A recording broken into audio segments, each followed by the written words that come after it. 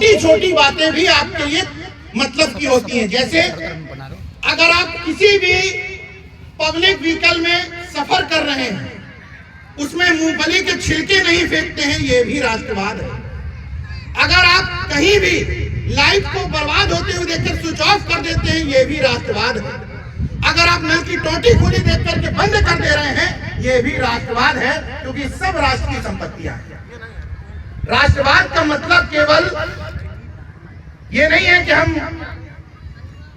कुछ खास तरीके की विचारधारा में ओतप्रोत होकर के कुछ नारे बड़े जोर से लगा दें। वैसे ही अम्बेडकरवाद का मतलब भी नहीं है कि हम बड़े जय भीम बड़े जोर से लगा दें। अम्बेडकरवाद एक प्रैक्टिस है, एक मानववाद है। अगर कोई फर्स्ट क्लास ऑफिसर जय भीम कहने के बावजूद अपने चपरासी से अपने जूते उठवाता है तो वो अम्बेडकरवादी हो ही नहीं सकता, क्योंकि अम्बेडकरवाद एक विचारधारा का नाम है। मुझे बड़ी खुशी हुई, मैं एक और वजह से मैंने समय निकाला इस विद्यालय के लिए। कल एक ग्रुप में चर्चा हो रही थी, मैंने इस विद्यालय का कार्ड डाला, उसमें नीचे के 3-4 नाम हटा करके, जो फौजी यादव जो लिखे थे, क्योंकि फाउंडर में नाम लिखा हुआ था किसी यादव का, नीचे 2 नाम सिंह के लिखे हुए थे। मैंने 3 नाम हटा करके एक कार्ड डाला उस ग्रुप में। मैंने कहा 1 लाख का इनाम है अगर कोई ये बता दे कि किस जाति का व्यक्ति विद्यालय संचालित कर रहा है। दरअसल हम बहुजनवाद इतना सीख पाए कि एक तरफ बाबा साहब, एक तरफ जाति का महापुरुष। तो अगर यादव स्कूल चलाएंगे तो बाबा साहब के बगल में पेरियाल लाल बड़े बड़े होंगे, कुर्मी स्कूल चलाएंगे तो बाबा साहब के बगल में सरदार पटेल बड़े बड़े होंगे। बाबा साहब के बिना दुकान तो चलनी नहीं है, तो बाबा साहब तो रखना ही रखना है, मानना है चाहे नहीं मानना है, लेकिन रखना है। धोबी स्कूल चलाएंगे तो एक तरफ बाबा साहब, एक तरफ सरदार। इस बैनर में, इस कार्ड में ये नहीं किया गया। मैं सबसे ज्यादा एप्रिशिएट इसी बात को करता हूं, क्योंकि अगर ये विद्यालय एससी वर्ग के लोगों द्वारा संचालित किया जा रहा होता और वहां विकास यादव बड़े गर्व के साथ कह रहे होते भीम मेरा नंबर 1 है, उसका इतना इंपैक्ट नहीं आता जितना एक यादव और एक पटेल के मंच पर खड़े होकर के ये दहाड़ने से अंतर आएगा कि हम भी अब भीमटे हो चुके हैं। तुम्हें अगर तकलीफ है, हेलो,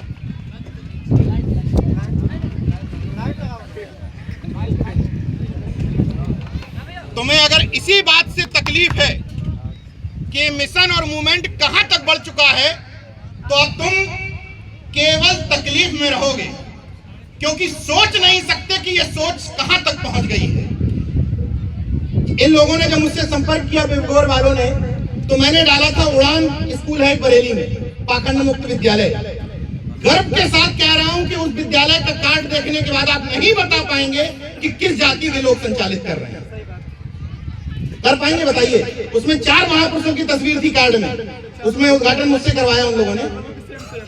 4 महापुरुषों की तस्वीर थी, बाबा साहब की, भगत सिंह की, ज्योतिबा फूले की, सावित्रीबाई फूले की। बताइए किस जाति के लोग चला रहे होंगे?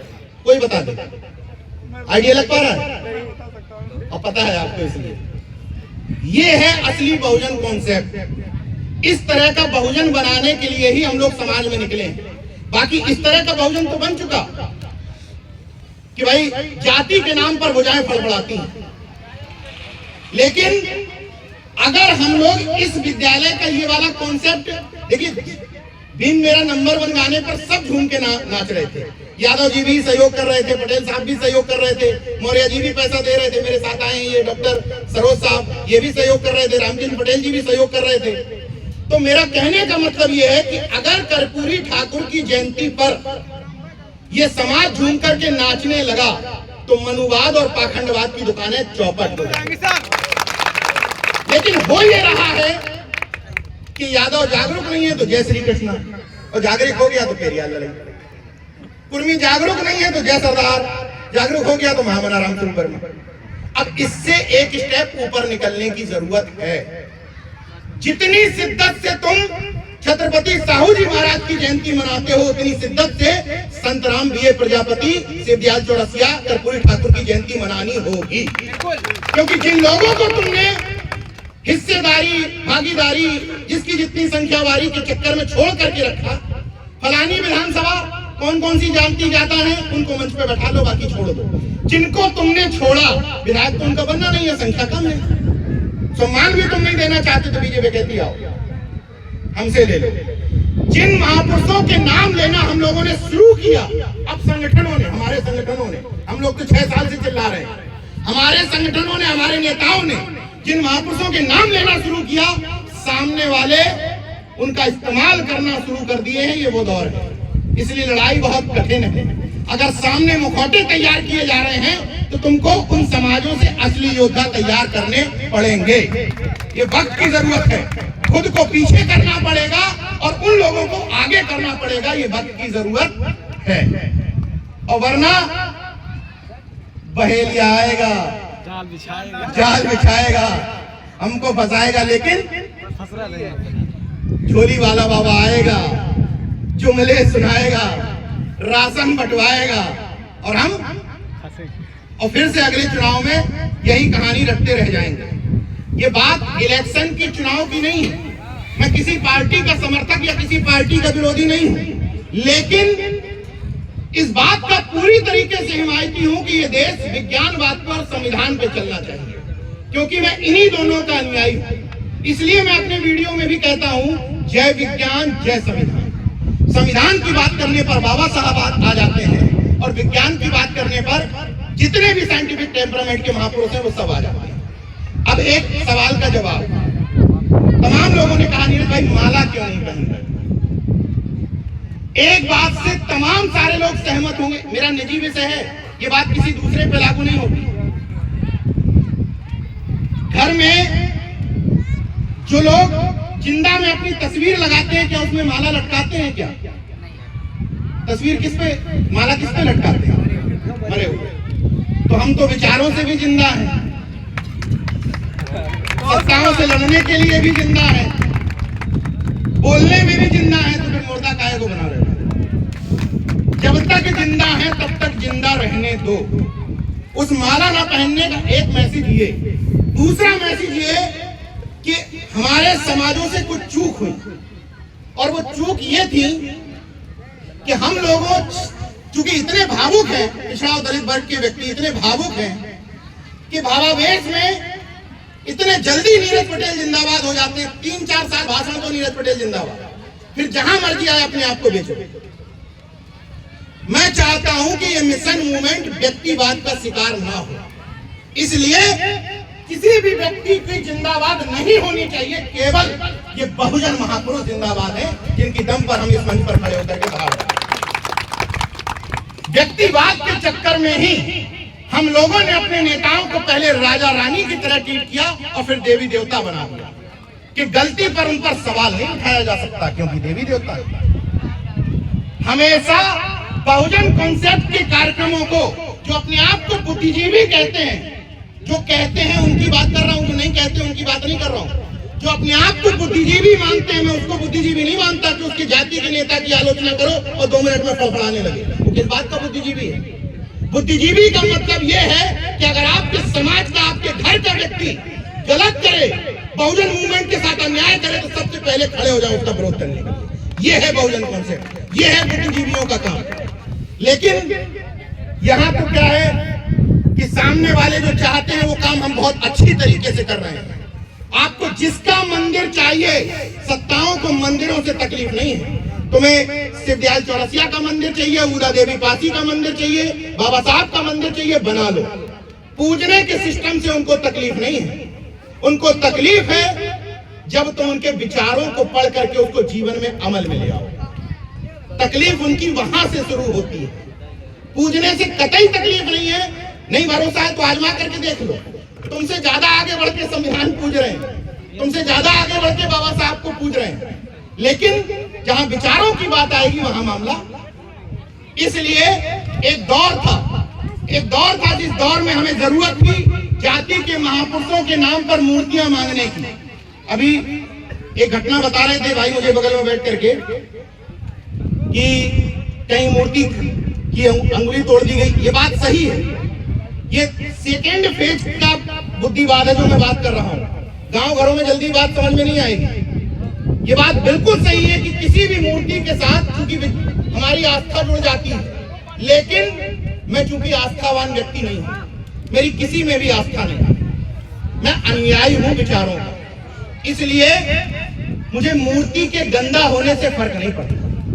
मैं बाबा साहब को, पेरियार को, रामस्वरूप वर्मा को, सरदार पटेल को, जगदेव बाबू को, ज्योतिबा फूले को मूर्तियों में नहीं खोजता हूं, उनके विचारों में खोजता हूं। इसलिए 14 अप्रैल को या 11 अप्रैल को आवश्यकता नहीं है कि मैं ऐसे हाथ जोड़ते हुए किसी के सामने फोटो खिंचवाऊं। मैं 365 दिन फूले, साहू, अंबेडकर के विचारों का काम करता हूं, इसलिए मुझे एक दिन दिखावे की जरूरत नहीं है। मैं क्या कहना चाह रहा था इसको समझिएगा, आलोचना के तौर पे मत देखिएगा, इस बात को समझिएगा। हम लोग इतने ज्यादा पाखंड का विरोध करते करते इतने ज्यादा आस्थावान हो गए कि हम समझ ही नहीं पाए कि हम विचारों से जुड़े हैं कि आस्था से जुड़े हैं। मूर्तियों की डिमांड कम कर दीजिए। 197 देशों में जयंतियां मन रही तो मूर्ति लगा के क्या कर लोगे आप? कौन सा क्या उनका सम्मान बढ़ाओगे, क्या खाक बढ़ाओगे? और मूर्तियां लगवानी हो तो लगवा तो दी, इसी सरकार ने लगा दी वहां गुजरात में इतनी बड़ी मूर्ति। दरअसल जितनी बड़ी मूर्ति लगवाई जाती है उतनी बड़ी मूर्ति पर चढ़ करके उतने दूर दूर का वोट बैंक भी दिखाई देता है। जितनी ऊंची मूर्ति उतना वोट बैंक दूर दूर से दिखता है ना, जितना ऊपर चले जाओ तो दूर दूर का, तो उससे केवल वोट बैंक दिखाई देता है, बाकी विचारों का कोई लेना देना नहीं है। इसलिए अब डिमांड चेंज कर दी, उनसे कहो भैया श्यामा प्रसाद मुखर्जी, दीनदयाल उपाध्याय के नाम पर विद्यालय बनवा लो, तुम प्रिंसिपल हमारा बना दो, स्टाफ हमारा रख दो, लेक्चरर हमारे बना दो।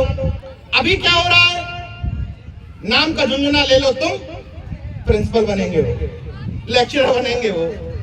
तो ये सेकंड फेज की बातें हैं, लेकिन प्रैक्टिस में लानी पड़ेंगी। अपनी व्यक्तिगत, एक बात कही थी, विकास ने भी कही थी कि अपने अंदर के पाखंड को भी समझना पड़ेगा। अगर उस तरफ अगरबत्ती दिखाना गलत है तो इस तरफ भी अगरबत्ती दिखाना गलत है। उस तरफ की अगरबत्ती और इस तरफ की अगरबत्ती कुछ अलग आइटम नहीं है। अगरबत्ती तो अगरबत्ती है, धुआं ही फेंकती है, ज्ञान का प्रकाश नहीं निकलता है। मैं अपने बेटे कबीर को लेकर के कहीं गया था किसी बौद्धिस्ट प्लेस पर, तो वहां कोई एक लोग कहने लगे मिशन से जुड़े हुए, बेटा हाथ जोड़ लो तथागत के सामने। तो हमने कहा उससे क्या हो जाएगा? तो बोले नहीं नहीं, वो तथागत से कुछ मांगने से मिल जाता है। तो हमने कहा फिर इसमें अंतर क्या हुआ कि फलाने से मांगने से मिल जाता है, ढिकाने से मांगने से मिल जाता है? मैंने कहा कबीर, किसी के मांगने से कुछ नहीं मिलता, अपने पुरुषार्थ के दम पर, अपनी मेहनत के दम पर, अपनी ताकत के दम पर मिलता है। और एक बात पूरी जिम्मेदारी के साथ कह रहा हूं कि जो लोग कहते हैं कि फलाने से ज्ञान मिल जाता है, इनसे ज्ञान मिल जाता है, अगर उनको वास्तव में इतना भरोसा है कि इससे ज्ञान मिल जाता है तो अपने बच्चे को पढ़ाने के लिए अच्छा इंग्लिश मीडियम स्कूल क्यों ढूंढते? गांव के प्राइमरी स्कूल में एडमिशन करवा दो और रख दो इतनी सी मूर्ति, जब फलाने से ज्ञान मिल जाता है। इसका मतलब तुम झूठ बोलते हो, तुम्हें अपने अंदर खुद भरोसा नहीं है कि फलाने से ज्ञान मिल जाता है। जो लोग कहते हैं कि हमें भरोसा है कि इससे ये बगल में रख देंगे तो हमारे घर का व्यक्ति बीमार ठीक हो जाएगा, तो पीजीआई में एडमिशन क्यों कराते हो अपने घर के व्यक्ति का? क्यों केजीएमसी के लिए फोन करते हो? क्यों कहते हो कि कैंसर हो गया तो एम्स तक ले जाना है या किसी कैंसर संस्थान में ले जाना है? यही अस्पताल होगा कोई, यहीं पर एडमिट करवा दो, बगल में इतनी बड़ी मूर्ति रख दो। दरअसल तुम झूठ बोलते हो। अगर कोई मुझसे आकर के इस पंडाल में, इस सामने मेरे कोई कहता है कि मेरा भरोसा है, उसकी हैसियत हो, अगर भरोसा रखता हो तो आंख बंद करके रोड पार कर ले, हाईवे, तब कहोगे अपनी आंखों पे भरोसा है। तो भरोसा उधर है कि इधर है?